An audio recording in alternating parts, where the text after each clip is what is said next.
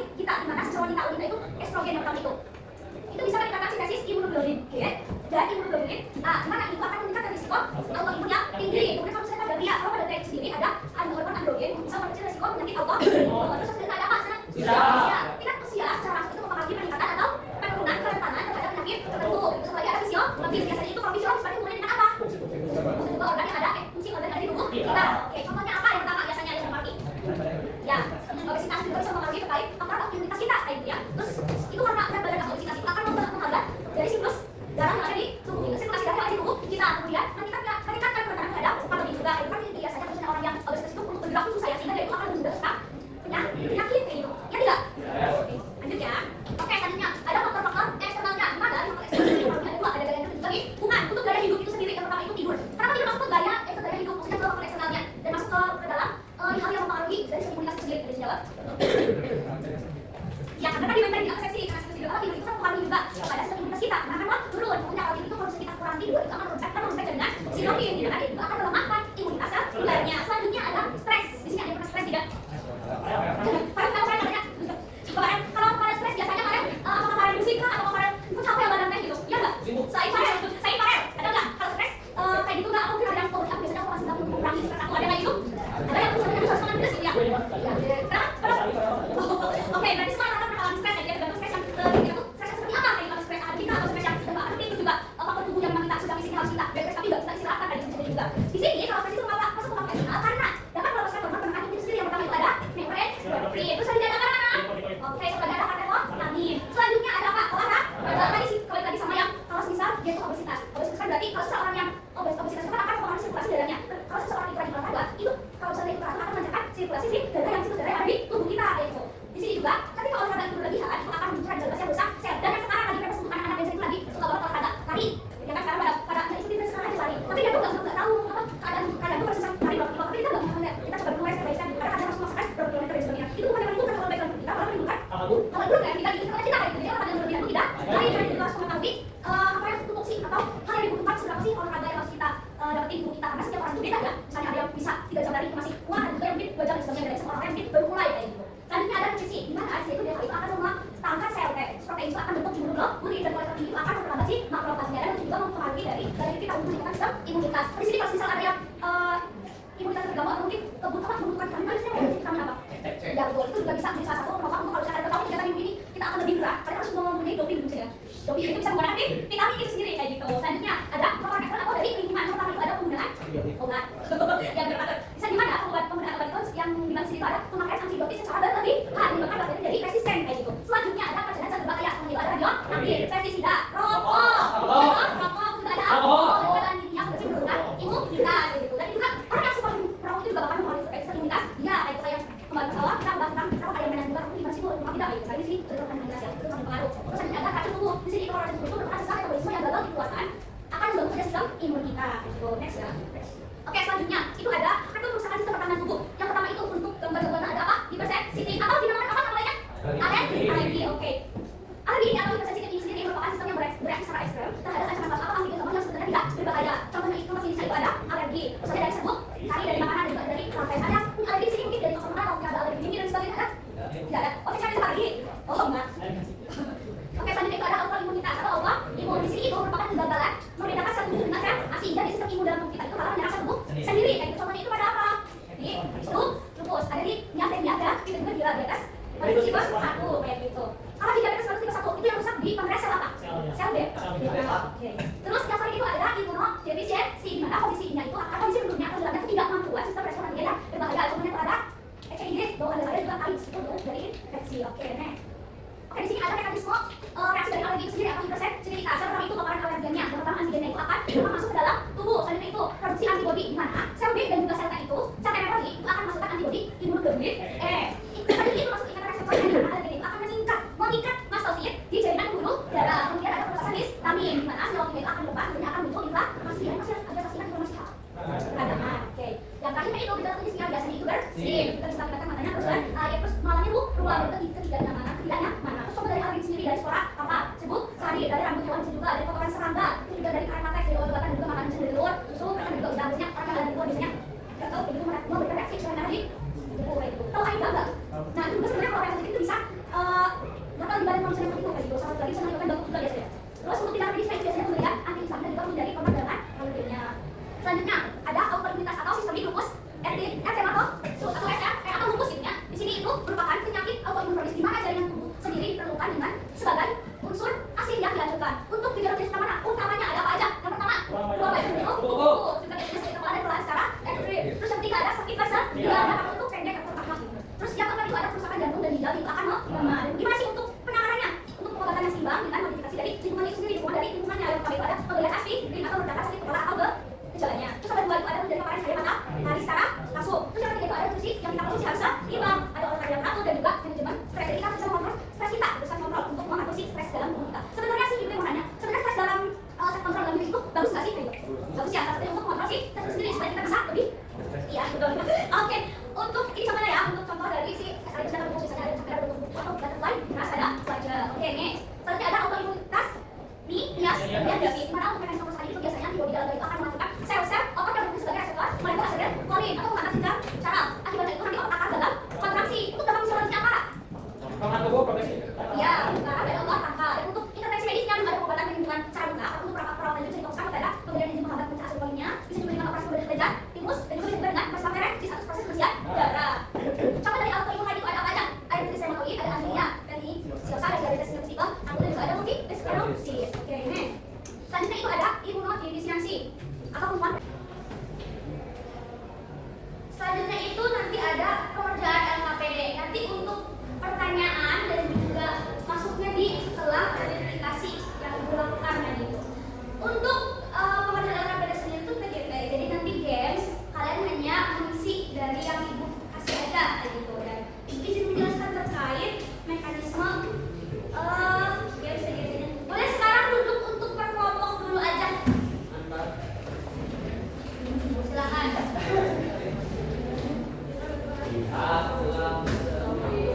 Yo boleh sekarang.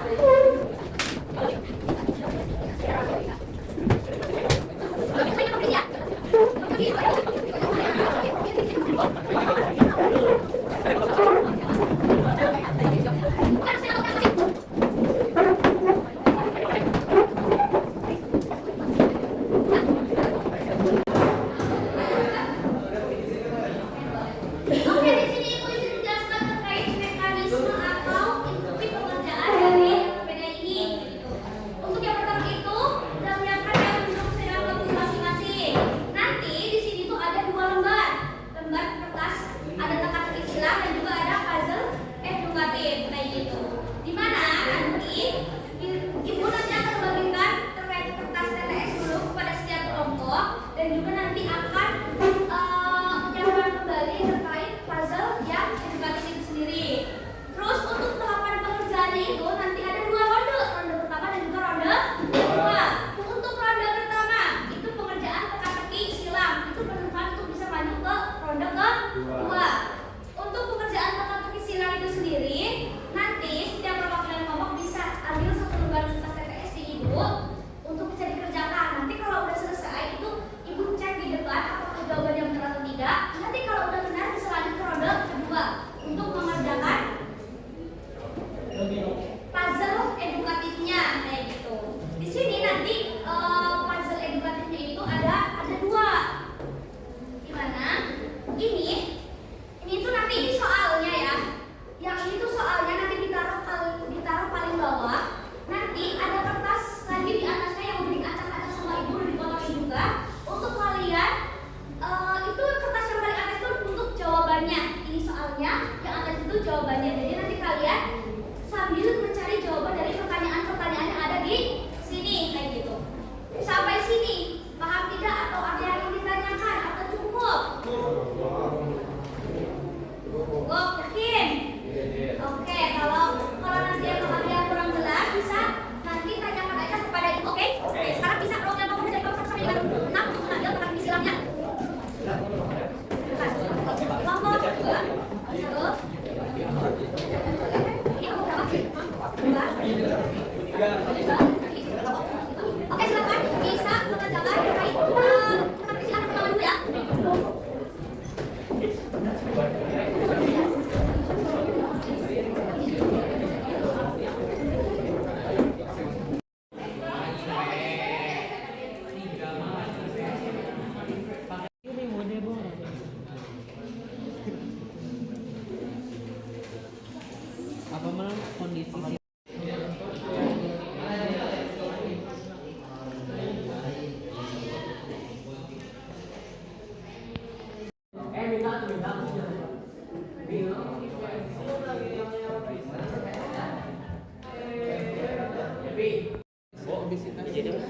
Kemana? Jiji. Kemana lah?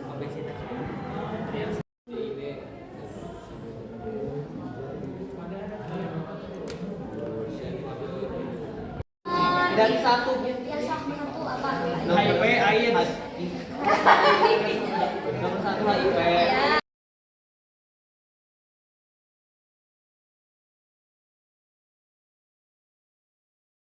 Oke, kalau dari video kita program aja. Gimana tuh ada? Anjir. Apa coba? Lagi gue sama ibu bikin gantungan pun sibuk foto sekelas, jadi biar bisa ditaruh di atas. Oke, ayo bu, udah cari genetika sama. Udah ini.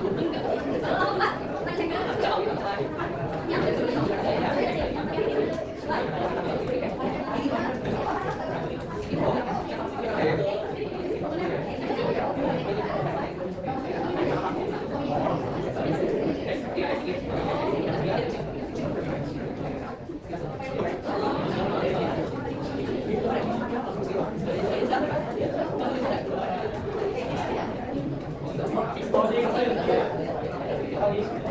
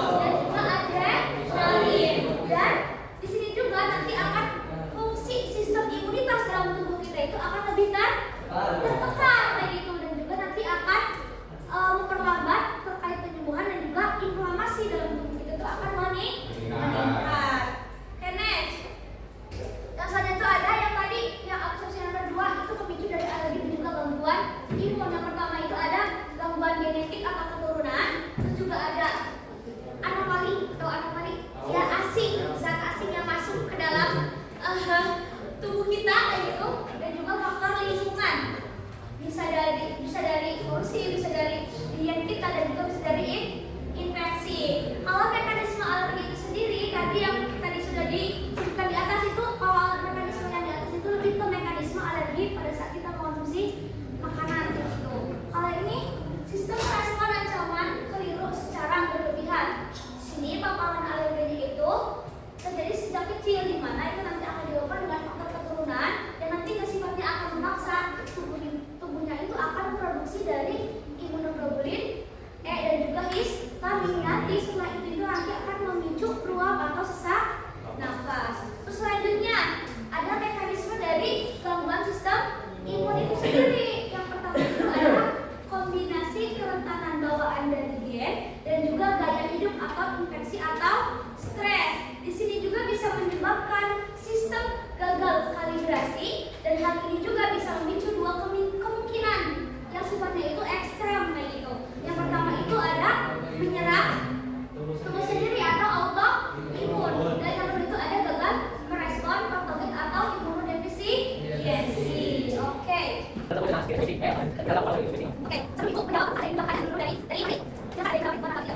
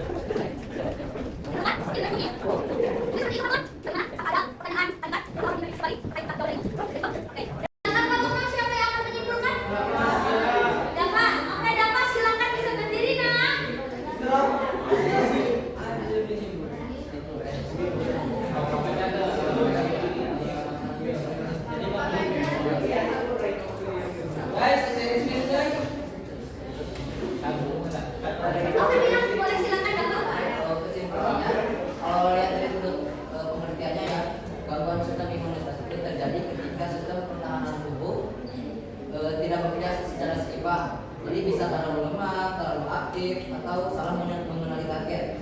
Nah, kenapa sih kondisi ini bisa muncul? Kondisi ini bisa muncul itu karena bisa dengan bentuk imunodefisiensi atau daya tahan tubuh rendah, penyakit autoimun, sama alergi terhadap zat yang sebenarnya tidak berbahaya. Nah, untuk faktor penyebabnya sendiri itu beragam teman-teman.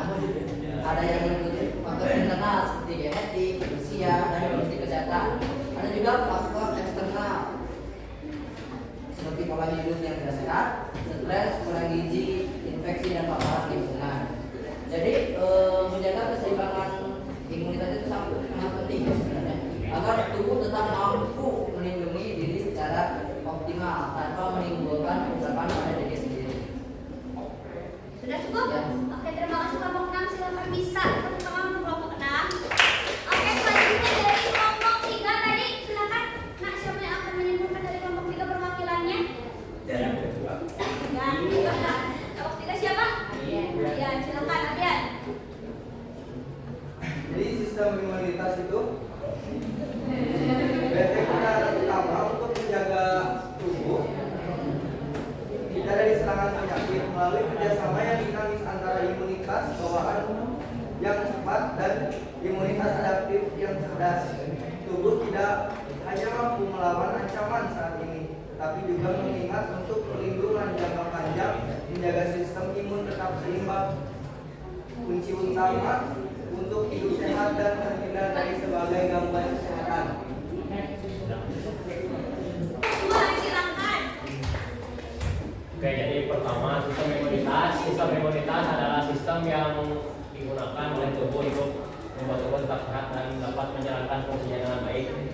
Terus gangguan sistem imunitas adalah ketidakmampuan tubuh dalam mencegah penyakit. Jadi fungsi yang berjalan di tubuh itu dapat terganggu. Nah, beberapa faktor yang dapat mempengaruhi fungsi imunitas antara lain faktor eksternal dan juga faktor internal seperti pola hidup, genetik dan juga dan lain-lain. Terima kasih. Oke, terima kasih kelompok 2, tepuk tangan juga buat kelompok 2. Oke, ini yang tadi sudah disimpulkan. Lanjut, sekarang kita mengerjakan proses. Untuk linknya udah dikirimkan di grup, coba dibuka apakah bisa dibuka tidak? Silakan untuk waktunya untuk proses 5 menit ya. Yang pilihan ganda, ada 10 soal silakan.